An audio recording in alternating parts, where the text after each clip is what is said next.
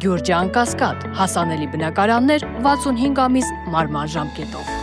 Գերաշնորհ Սրբազան հայրեր, հարգելի ներկաներ, ես շատ հակիրճ կանադառնամ երևական ասպեկտին, իշխանության ներկայացուցիչների կողմից իրականացվող հարձակումների, որտեղ սա միայն այդպես կարող եմ բնութագրել։ Իհարկե պարոն Թաթյան իր խոսքում այն հանցակազմերի մասին, որոնց մասին պատրաստվում խոսել, արդեն իսկ անդրադարձավ։ Սրանից նաև բխում է, որ այո, ակնհայտորեն հանրային ընկալումն այնպիսին է, որ հենց այդ հանցակազմերն են իշխանության ներկայացուցիչների գործողություններում։ Նախ այս ամենը սկսվեց մայիսի 5-ի կառավարության նիստից, երբ որ երկրի վարչապետը մեր հայ առաքելական Սուրբ եկեղեցին անվանեց չուլանացված։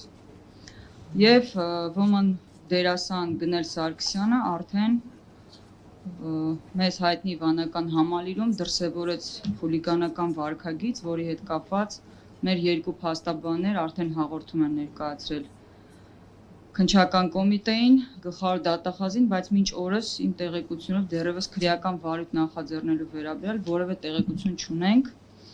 անգամ տեղեկություն չունենք ընդհանրապես այդ հաղորդումների ճակատագրի վերաբերյալ, մինչդեռ 24 ժամում այդ հաղորդումներին պետք է արձագանք տրվեր։ Այնուամենայնիվ դրանից հետո արդեն Հայաստանի Հանրապետության վարչապետը իր անձնական Facebook-յան օգտահաշվում, որին հետևում է 1 միլիոնից ավել մարդ,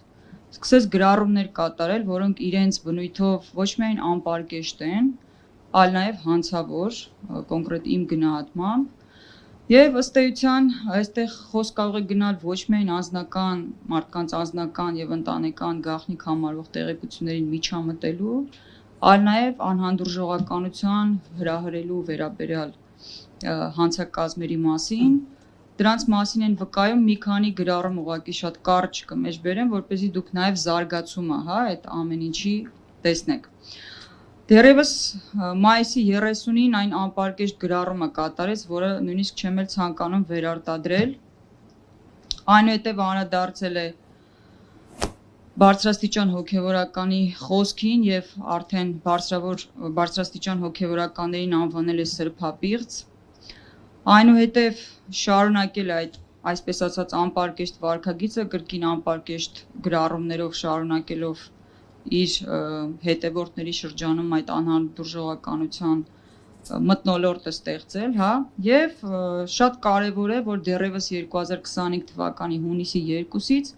հետևյալ գրառումն է կատարել վարչապետը իր անձնական օգտահաշվում։ Եթե պարզվի, որ իրոք Գարեգին Բ-ն խախտել է կուսակրոնության ուխտը եւ զավակ ունի, նա չի կարող լինել ամենայն հայոց կաթողիկոս, որտեղ խնդրու առարկա փաստի առնչությամբ, բայց նա չէր կարող լինել կուսակրոն քահանա։ Եթե ուշադրություն դարձրեցիք, վարչապետը խոսքը կառուցում է հարցական ենթատեքստով եւ որևէ պնդում չի կատարում, որ Գարեգին Բ-ն ունի զավակ։ Այնուհետև հունիսի 3-ին է գրառում կատարում, որ Մայրաթոր Սուրբ Էջմիածինը պետք է հստակ պարզաբանի, արդյոք Գարեգին Բ-ն խախտել է կուսակրոնության ուխտը եւ զավակ ունի։ Այս հարցը պետք է պարզաբանվի։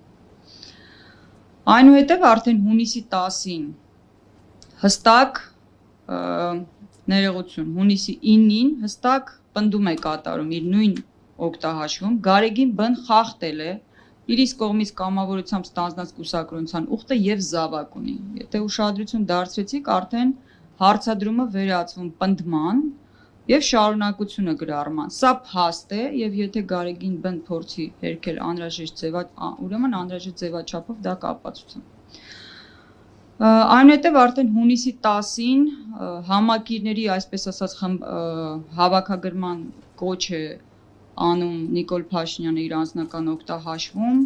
վեհարանը, այսպես ասած, ազատագրելու շուրջ համախմբվելու համապատասխան չափանիշներ է սահմանում այդ անձանց ներկայացվող եւ ըստ էության սկսում է հավաքագրել անձանց իր, այսպես ասած, նպատակն իրագործելու համար։ Իմ գնահատմամբ վարչապետի արարքներում, խոսքերում առկա են քրեական օրենսգրքի ինչպես 204 հոդվածի հատկանիշներ, այնպես էլ 329 հոդվածի հատկանիշներ, մասնապես 204 հոդվածը պատասխանատվություն է նախատեսում անձի անձնական կամ ընտանեկան գաղտնիք համարվող տեղեկություններ առանց նրա համաձայնության օգտագործելու, իրացնելու կամ հայտնելու համար կամ այդ տեղեկություններն օրենքով սահմանված կարգի խախտմամբ օգտագործելու, իրացնելու կամ հայտնելու նպատակով այցի տեղեկությունները ձեռք բերելու կամ պահելու համար։ Եվ այս արարքի համար նախատեսված են ծանրացնող հանգամանքներ, դրանց շարքում են նաև իշխանական կամ ծառայողական լիազորություններն օգտագործելով կամ դրանցով պայմանավորված ազդեցություն օգտագործելով կատարելը։ Գրառումների ժամանակագրությանը հետևելու արդյունքում շատ պարզ եւ հստակ կարելի է արձանագրել, որ Նիկոլ Փաշինյանը պնդում է կատարում, որ ինքը հավաքագրել է այլ անձի անձնական գաղտնիք համարվող տեղեկատվություն, մի պահ վերանանք այն հանգամանքից իրականություն է դա թե ոչ, բայց ըստ էության նրա խոսքում հստակ երևում է, որ նա իր իշխանական լիազորություններն օգտագործելով անձանց մասնավոր կյանքի մասին հավաքել եւ պահում է տեղեկություններ, ոչ միայն պահում է, այլ նաեւ դրանք հասանելի է դարձրել լայն հանրության շրջանակներին, ամենայն դեպս Facebook-յան իր օգտատերերի շրջանում։ Բացի այդ, Նիկոլ Փաշինյանի արարքում մեկ այլ բավականին վտանգավոր հանցակազմի հատկանիշներ են առկա, դա 329 հոդվածն է։ Դրա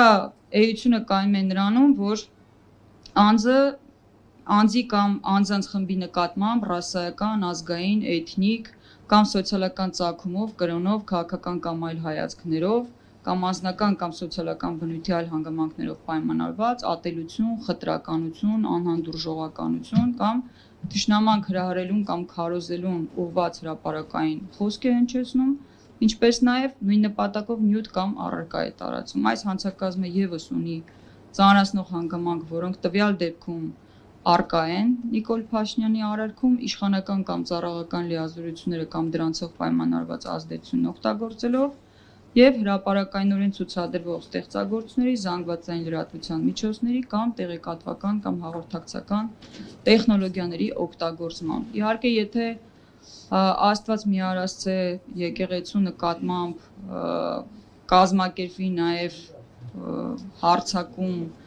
այդ արարքը լրիվ այլ իրավական գնահատականի կարժանանա, բայց այս պահին համենայն դեպս անհանդուրժողականություն,